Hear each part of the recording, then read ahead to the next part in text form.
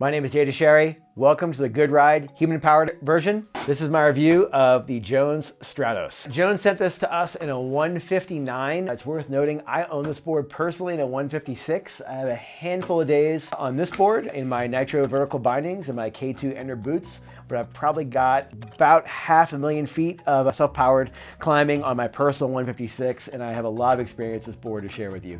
If I could describe this board up in one word, it's energy. This thing is poppy, it's fun, it's designed to actually play around the mountain and have an absolute blast. I've had the Stratos out in everything from thigh deep powder to springtime corn. I even won a bank slalom on this course, the Dirksen Derby, to win the DFM prize to get a trip to Baldface Valhalla. I just love this thing. It's an absolute blast, and again, it's got tons of energy. So, a few things to note about the board. We got a 26.0 waist width, and I've got about 10 mils of taper. And I'd say this board does float very, very well. The combination of early rise nose, the combination of 3D nose helps this thing float incredibly well. I had one of those days where the lifts are running and I was on some huge powder boards all day long.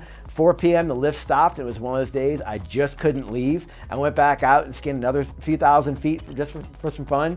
And this board, a 156, right, which is maybe on the shorter side for my size, floated incredibly well. I have nothing bad to say about its performance in powder at all. It punches way above its width and way above its rocker profile while still giving you some versatility for other conditions. It's got a 7.3 millimeter turning, so it does turn tight. I like obnoxiously tight trees sometimes, and this board will bob and weave with the best of them. But again, you can make bigger arcing drawn out carves. You can load it, it's gonna pop right back up, and it's got a great feel to it. And as you know, we put out honest, objective, unbiased reviews without any brand oversight. And we can do that thanks to the support of shops like Blower Board Shop out of Big Bear. They have a strong presence online. So if you want to support the Good Ride and keep objective reviews flowing, check out Blower Board Shop, click through our links, and see if something works for you there. Note on sizing, I'm 165 normally, right, plus a pack. Jones kind of puts me in the middle of the 156 and the 159.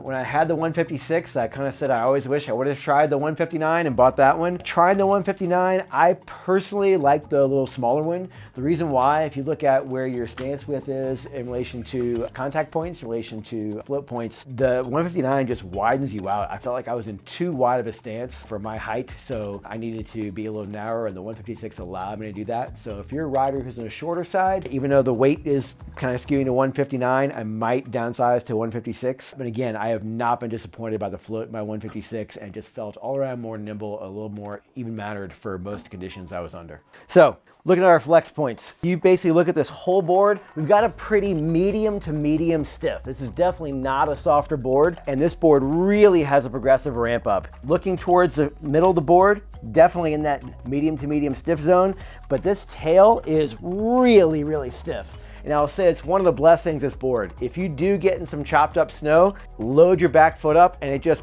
pops through things. So huge fan of how that stiff tail really makes this thing work. It feels like you're riding a fish surfboard in the ocean. The nose though, again, I would say softer, but not soft. This board is not gonna chatter on you a whole bunch, right? And again, this board does have more of a medium to medium stiff to very stiff ramping through the tail. Looking at the construction itself, again, typical Jones, amazing attention to detail, right? Really nice solid clips up front from Karakoram and the rear from Karakoram. Get this thing feeling nice and bonded together. Again, those of you who don't want to ride downhill on a split board, this is the closest thing you'll find to feeling like a solid. The wavy side cut and the solid clip attention and detail gives you great tension on that board, things that feel really nice, really familiar underfoot. Taking your board apart, detension our nose, tail clips, pop, pop, and your split. So here's one thing interesting about the Stratos. While we said it's definitely a medium to medium stiff flex, when you're going uphill, I will say this board doesn't have the biggest spring in your step. I've had some other boards in the past that definitely give me a little bit of pop per glide. This feels a little bit more, let's say, stuck to snow. Not in a bad way, not like you're dragging a lot of weight. The board's nice and light, but doesn't have that nice pop that you'll find on boards, say like the Solution. Up front, again, you've got that nice spoon nose. So if you are the person breaking trail for your crew, it's gonna pop up and stay nice and high. Again, that that integrated disrupted side cut on the inside and outside edges really let this board come together, lock under control, and give you great traction on the uphill. Again, being more of the average board width, I think you're gonna find this board side hills pretty darn well. It's not gonna be, again, on a narrower side like a Solution, but it's definitely not gonna be a detriment as you are struggling to get weight over that inside edge for better side hill traction.